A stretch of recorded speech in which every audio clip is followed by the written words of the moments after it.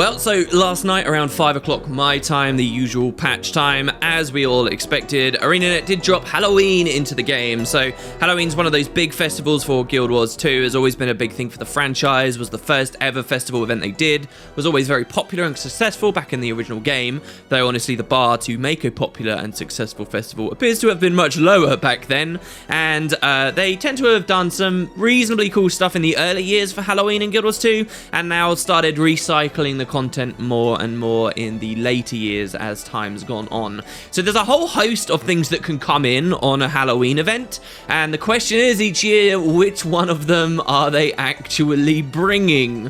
So, what do we get? We get decorated areas. Lion's Arch, that's the newest iteration of Lion's Arch, is decorated. We have Heart of the Mist, some areas in World vs. World, of course. Some of the content from before has come back, like the mainstays, like Mad King Says. That's there. The Ascent to Madness is there, but then some other things aren't. So there's no Reaper's Rumble, which I'm really sad about, and I talked about in a recent video.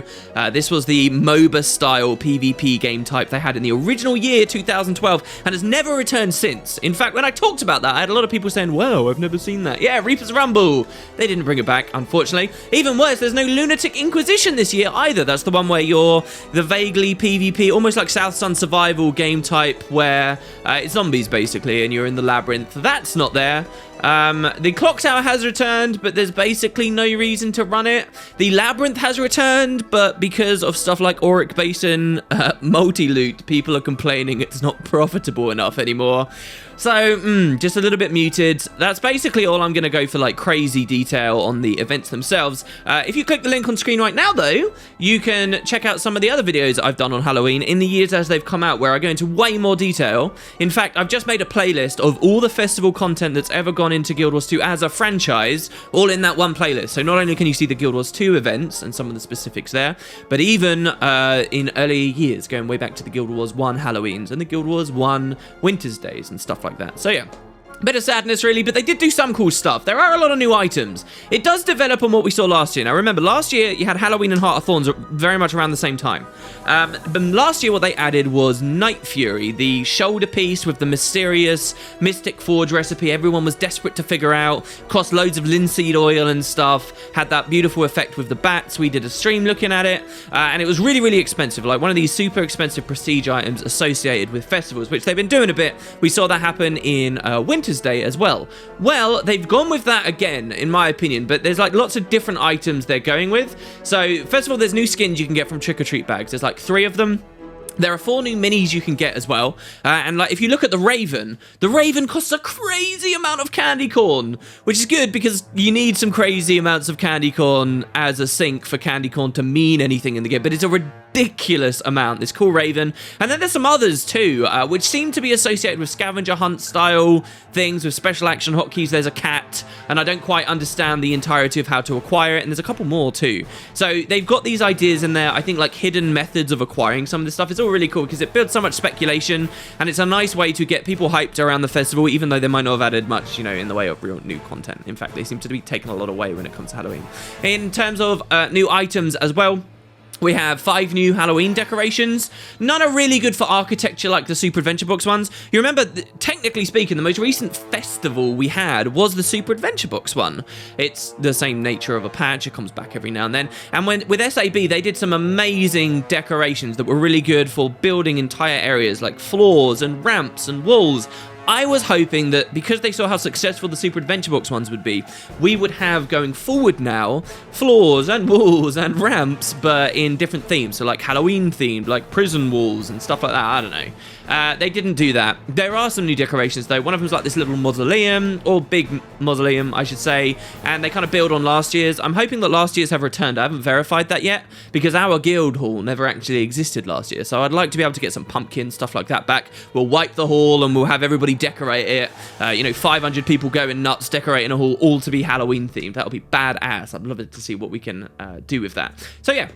Black Lion store, of course, as well. Boring, boring, boring. The most interesting thing about the Black Lion store whenever Halloween comes back is you want to see if the Executioner's outfit returns. The Executioner's outfit comes with the Executioner's axe, and that has the skill 2 that lets you move really fast and is like this amazing quality of life for basically any class in the game in terms of PvE. And that didn't come back. But they do have some new stuff in there. They have a new set of gargoyle skins, of selection of other things that have come from Halloween in previous years. There's a reward track from Wild vs. Wild and PvP. That's pretty much Halloween. Unfortunately, I mean, if they'd added a new game type or something totally new, I would have had more to say, but that's Halloween. If it's your first year in Guild Wars 2, if maybe you skipped a lot of Halloween because you started playing just with Heart of Thorns last year, then I don't deny that there's a lot to do. It's just for us who have been doing it consistently since 2012-13, you know, there's not too much more to build on. All right, so let's go into general changes. Most of this video, honestly, is me going to be talking about a certain element of the balance patch, which we'll get to in just a moment. There were some other changes that kind of feed into balance in different ways. So, number one, I guess let's talk about Ember Bay. Ember Bay is their new map. Obviously, it's going to have unintended things going on in it and things that they want to tweak. Have you ever wondered why in Ember Bay it feels like some of the events scale really well and the others just don't? For example, the Sloth Queen. Have you ever wondered why the Sloth Queen fight is just like...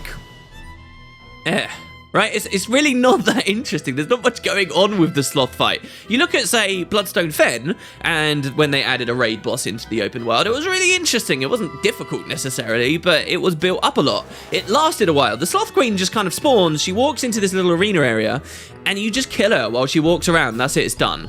Well, they've changed that in this patch. I've not actually experienced it just yet myself, but as far as I understand, it was a scaling issue and some buffs she's supposed to get when she catches the little slublings that are in the area. And that's happened for a lot of stuff around Ember Bay, which I think is important. Ember Bay, I mean, honestly... I understand that open world PvE is not supposed to be ridiculously hard, and it's supposed to, you know, not frustrate the hell out of all of its players experiencing it and wandering around there. But I do kind of want the Fire Island chain to at least feel somewhere on the level of, say, I don't know, Tangled Depths, right? In terms of, oh, I've actually got to pay attention to the deadly enemies around here. And it just hasn't felt like that. So these little changes, hopefully, will go a long way.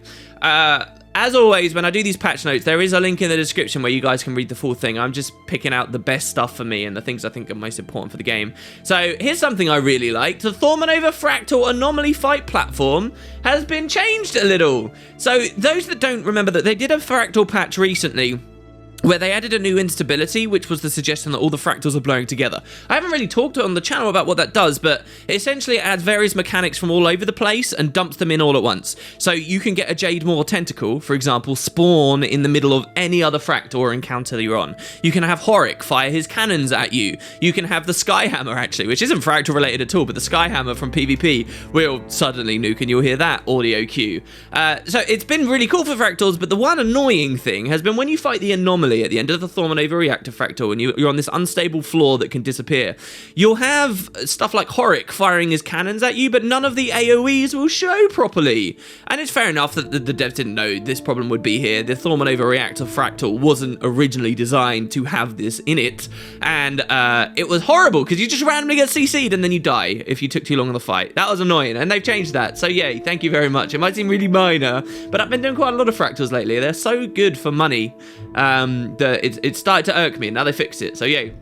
Another cool little thing, they added Consume All for a lot more Karma consumables in the game. Consume All is actually, I think a lot of players don't realize, they have to add it in on an item by item basis. So Luck, for example, you can right click and Consume All because they flagged it to allow you to do that. When they added that feature, they didn't just do it on everything because I guess they figure that either it's a technological limit, or they did it because they figure, okay, there are some situations where that could be really dangerous and people don't want to consume all at once. Like imagine accidentally consuming an entire stack of birthday boosters. Okay, you're probably not going to have an entire stack, but you get the point. They do it on an individual basis, and some of these little karma flasks and things, you always wanted to just consume them all, right? And now you can if you like. They fixed a bunch of runes that proc on Elite. So, if you guys have ever watched Boots Bad Builds, a series I run with World of Enders here on YouTube, he tends to love playing with this rune of the Mad King, very Halloween appropriate. And what this does is summon loads of birds when you use an elite skill. Well, I'm under the impression that a lot of the runes that had these kind of effects on elite, there were some elites in the game that they just never procced on. Presumably Heart of Thorns elite specialization elites, but I'm not entirely sure. Anyway, so they fixed a bunch of that, and hopefully that will help people. So here's a general change that does affect balance in quite a big way, and for me, more specific than what I think most people are thinking of. So listen to this. Only in PvP, it's the same in PvE, but only in PvP, you now no longer become invulnerable when you go downstate. So let's talk about it. This is designed from the launch of Guild Wars 2. And the idea behind this is, some of you guys might not even realize, but when you first go downstate, you are invulnerable. I think it must only be for like 0.5 of a second. Maybe a whole second, but it's a very short period of time. But what this means is that you actually get to experience the downstate in events where massive packets of damage hit you, and there's like multiple ones at once. So think about PvE right now. Imagine you're at the launch of Guild Wars 2 and you're fighting like Dwayna, okay, and she's massively scaled. She nukes you with like a double pulsing hit. If that invulnerable state wasn't there, it would put you down state and then kill you instantly. It would just, you'd feel cheated out of it. So I think they put it in there as a safeguard so that no one ever feels super cheated out of a sudden kill. But in PvP, this has actually caused some issues. More recently, and I think specifically because of the Daredevil elite specialization. Those who haven't been playing it, you might remember the elite on Daredevil is a physical skill that is a 3-hit combo.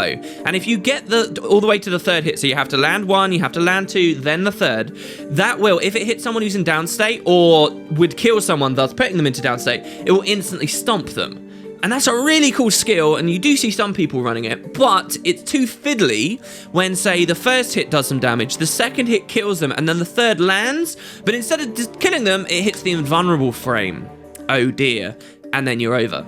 And so this should help the Daredevils an awful lot. Now, it does open up the potential for you to be spiked out in a kind of cheesy way in PvP, but I actually kind of like that impact, that sudden massive hit so hard, and then a couple other hits afterwards that you're pressured out that fast. I think that's a good way for the devs to improve some of the deadliness back into combat. And my love for this is a bit more specific, I think, than most other people's. I've told you guys before that when I used to PvP a lot, my favorite build to run was a Glass Scepter Burst Elementalist. And what this would mean is quite often, back in the old days, when I killed someone, I'd want to cleave their body really hard. There were 2 ways you could do this during one of the small flashes of a meta, okay? Where it was either you could use Ice Bow, and you could use the Ice Storm to cleave insane damage over the body, and you could score other kills and get the stomp, which was always so satisfying to do. Or you could try to cleave the body with a Dragon's Tooth over it, and then a Phoenix. The unfortunate thing about this is that with that invulnerable frame on the downstate, so frequently you'd cast the Phoenix over the body, and you'd want to cast it in such a way that you get 3 packets of damage. You get a packet damage as it goes through, you get a packet of damage as it explodes on the body, and then a 3rd one as it comes back. You could sometimes even get 4 packets of damage. You'd always want to cast it perfectly like that. But when the body goes down, if someone else pinches the kill just a moment before you get it, that Phoenix hits the invulnerable body and disappears completely. It doesn't just mean that body doesn't get hurt, but the Phoenix keeps going. It would destroy the Phoenix, and you would get none of the damage. None of the cleave would go on anyone in the area. It was the most infuriating thing in the world. Or like when the Dragon's Tooth slapped down at the last moment. That's now not going to be a problem. And this is a funny way that you can see on the patch notes, it just says you're no longer invulnerable when you go down. And it's only for such a brief window of time, but that does affect things in a pretty interesting way. I wanted to share that story with you guys because there's a lot of other bursty Ellie people out there who've done that in the past who are now thinking, oh my god, yeah, that's cool. And it's funny how little changes like that can affect builds you never would have considered. So I'm very happy. And on top of that, by the way, you know, I just mentioned Ice Bow. Well, they redoubled its damage in PvP. Yes! Oh my god, I might actually try the build. They even improved Signet of Air, which I never really ran on the build, but some other people did, and on that same style of play, so we shall see. There were also some improvements to Condi things. Generally, over the damage and the balance patches, again, there's a link if you want to check for your individual class. It's mostly just sort of damage improvements everywhere. Again, I think they're trying to improve the deadliness to combat, and I'm going to focus most of my balance discussion on something else in just a moment. But that's about it for general changes, guys. There was some slight differences in World vs. World. Deployable cannons have now hit beta, so cannons were like siege that you'd build onto objectives before. You can now actually, well, I'll read their description here, purchase cannon blueprints from either the Siege Master or the permanent portable provision provisioner to test them out. Deployable cannons have less health and deal less damage than their static counterparts, but you can put them anywhere. And I don't know enough about siege warfare in World vs. World to see how this has a very specific niche, but people will be able to decide if that's what they want to see in World vs. World, and more World vs. World changes going on, so that's in there too. All right, let's talk about the big thing for balance. This is something I could have talked about earlier in the week, but I chose not to, and I'll get to my reasoning why. So this is a pretty notorious balance patch. Ooh, it's actually got a lot of criticism around it. It's had a lot of discussion. And the result of it is actually quite a good thing, in my opinion, because it's got a lot more people on the hype train of ArenaNet, please, for the love of God, start splitting skills so that they have exclusive versions based on the game type they're in. And that's a hype train I've been on for a very long time and always been a very, very big supporter of. I've had deliberate questions posed. I've asked developers about this before and had responses for years now, and there's a lot more people who are talking about it, so I'm very happy about that, but it kind of comes at a cost. All right, so let's talk about this. ArenaNet released some information early before this balance patch, and it was really only a tiny bit of information, not the context of the full patch at all, to try and be nice to people, to try and give a bit of transparency, because they knew that these changes would affect maybe some of the gear people were running in PvE, and they wanted to give people a heads up for that.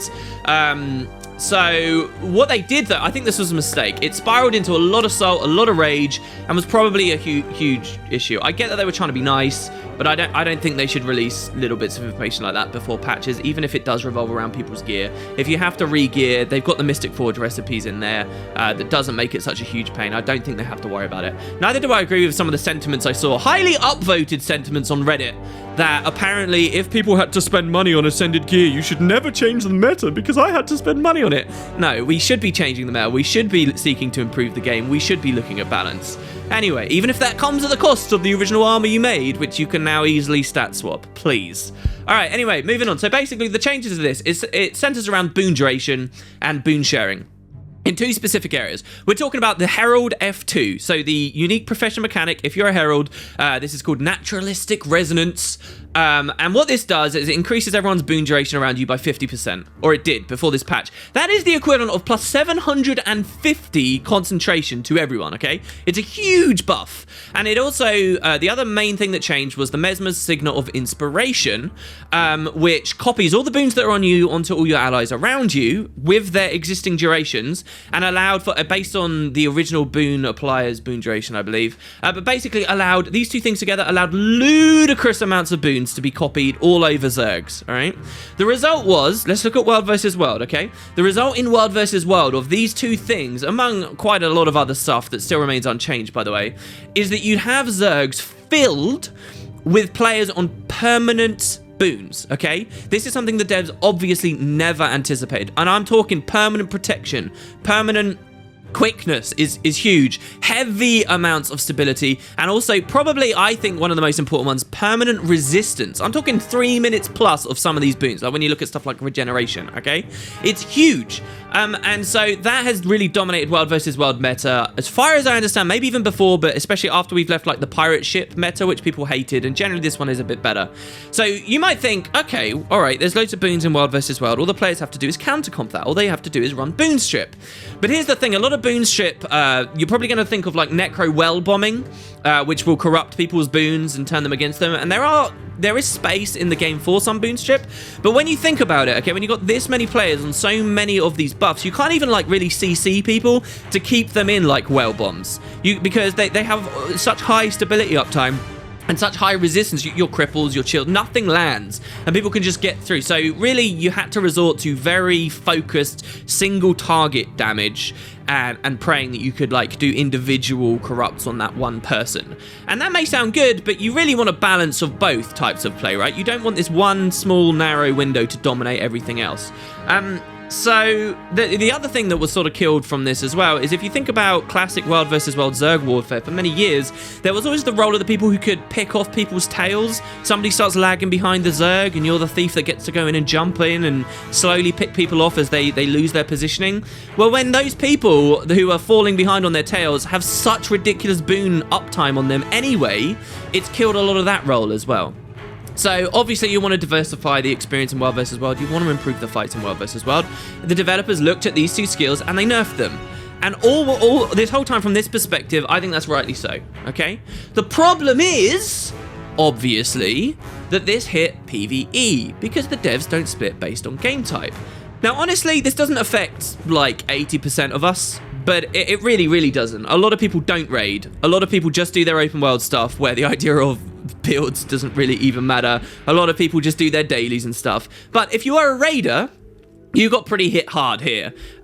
Raiders use both of these two skills specifically to maintain incredibly high quickness uptime, as well as other things. But the high quickness uptime is the really important one, on a single chronomancer. With these two things, you could sort of have a single chrono, maintain tons of quickness on all 10 players, okay? And because of this gives raid compositions the space to include other classes, and people who really don't offer too much on their own, except, you know, just good DPS, like, for example, Thief. These people actually had a place, and Revs had a place not just because of their Assassin's Presence, which is a bit of a ferocity boost for everyone, but really because of that F2.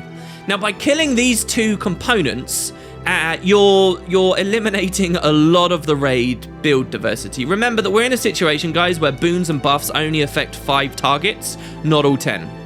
And so what this forces everyone to do, generally speaking, unless you're a very good, very comfortable group who are very, very well equipped to beat the game, it's sort of forcing people to run what is known as mirror comp. Mirror comp before this patch was just one of a few various ways you could hit raids, but now really most people, like the way I clear raids lately, I barely just get by, and so we're basically in that bell curve of we're gonna have to run mirror comp, all right? And this is, you're gonna take not one berserker, but 2 berserkers. You're gonna take 2 chronomancers. You're gonna take 2 druids. You have to double up to be able to get the best of these buffs on everyone.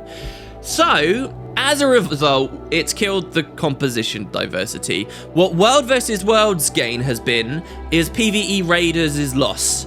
And everyone's sort of scratching their head wondering, why do we have to be in this situation? I have quite a few thoughts on this. In fact, I could probably talk for like an hour, 2 hours on the topic. I'll give you like a few, all right? Number one, I think it really sucks to think that this change was born of incompetence, which is what it looks like, right? It looks like the developers only saw World vs. World, didn't even consider anything that was happening with raids, and it's not even just a problem with skill splitting, it's just that the developers don't understand their own game. And whether that's true or not, when patches like this go through, that's what it looks like, and people lose faith in their ability to do the correct balance. So I think that sucks that sentiment's out there. I think that it's obvious that that sentiment's out there, and hopefully in the future we can get a little bit more faith in the devs that they are considering all possibilities. I've said it before, being on that balance team has to be one of the hardest things that you can do at ArenaNet. You have to consider so much goddamn stuff.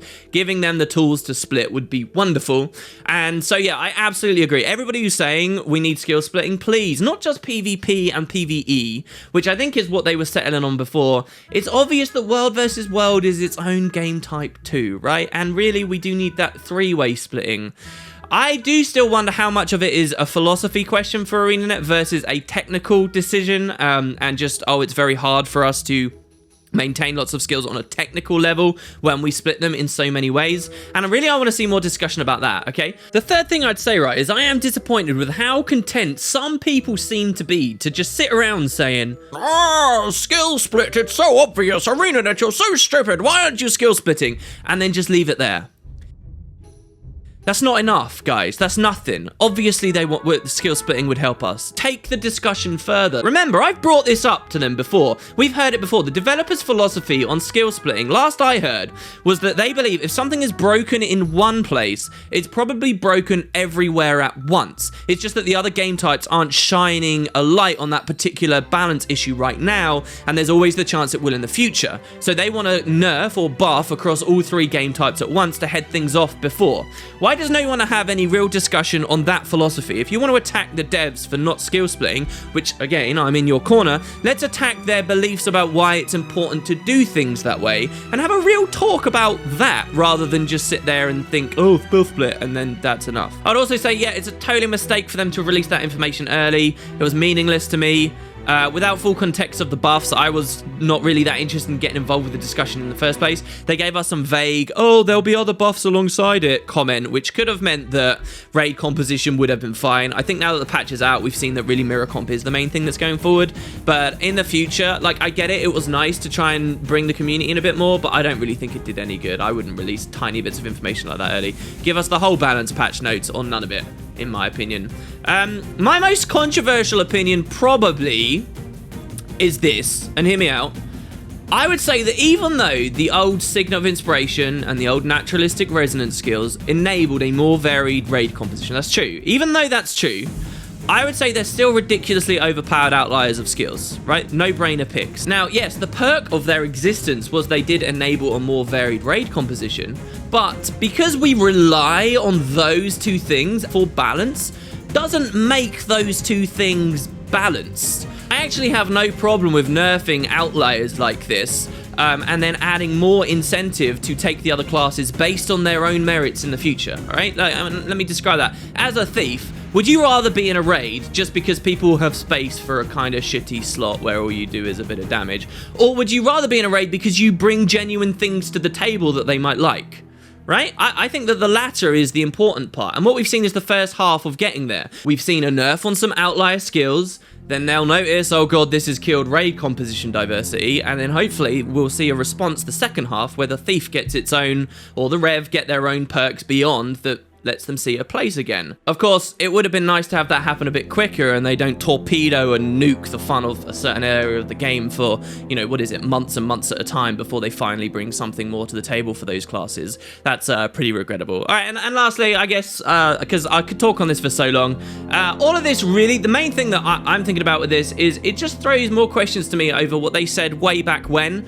As raids were coming out, as they revealed that they were 10-man, that whole discussion on, all right, guys, we're leaving it so that boons and buffs only hit 5 people instead of 10. Right, if we go back to that nonsense, many of us were saying, oh, could you bump it up to 10 so that we can have some interesting diversity, so that, say, our banners on a warrior will hit everyone?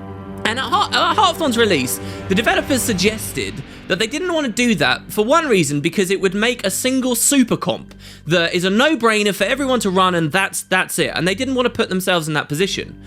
Well, even though I'm sure they consider the current meta just a temporary roadblock that will be later resolved or whatever, that is what they've just created here. This mirror that we're now in, that's basically what they've done. That's just super comp. Except the super comp that they've made now has even less space for classes than the original one some of us in the community were asking for back at the release of raids. The other super comp has 10 slots, and you'll probably see, what, like 8 different classes at least in those 10 slots? Where everybody gets to bring their own little extra thing. It just really frustrates me that we're basically in that situation anyway. I've never really understood or agreed with why they never moved it up to the 10-man system. And maybe this is just more evidence that they could have done that a long time ago now. They could have made things so much easier for themselves, really. We wouldn't be in this situation right now if they had done that. Anyway, I'll stop there. It's a really nuanced issue. People get so heated about it. I could probably talk, as I say, for a lot longer. Hopefully, I've been at least somewhat balanced there. I do respect a lot of the opinions that are out there, but we're getting almost half an hour on the video, guys. So I guess I will leave it there. Let me know what you think. Do try to be civil, if not to me, at least to one another. Let's get some discussion rolling. And that's the Halloween patch and the big notorious balance patch. The scary balance patch for the scary patch. Okay, all right, I'm done. Thank you very much for watching, guys. Hope you enjoyed. Don't forget about those links I mentioned earlier. There'll be another one on the end slate in just a couple of seconds. Feel free to check out all of those. And until next time, have a wonderful day. I'll see you soon.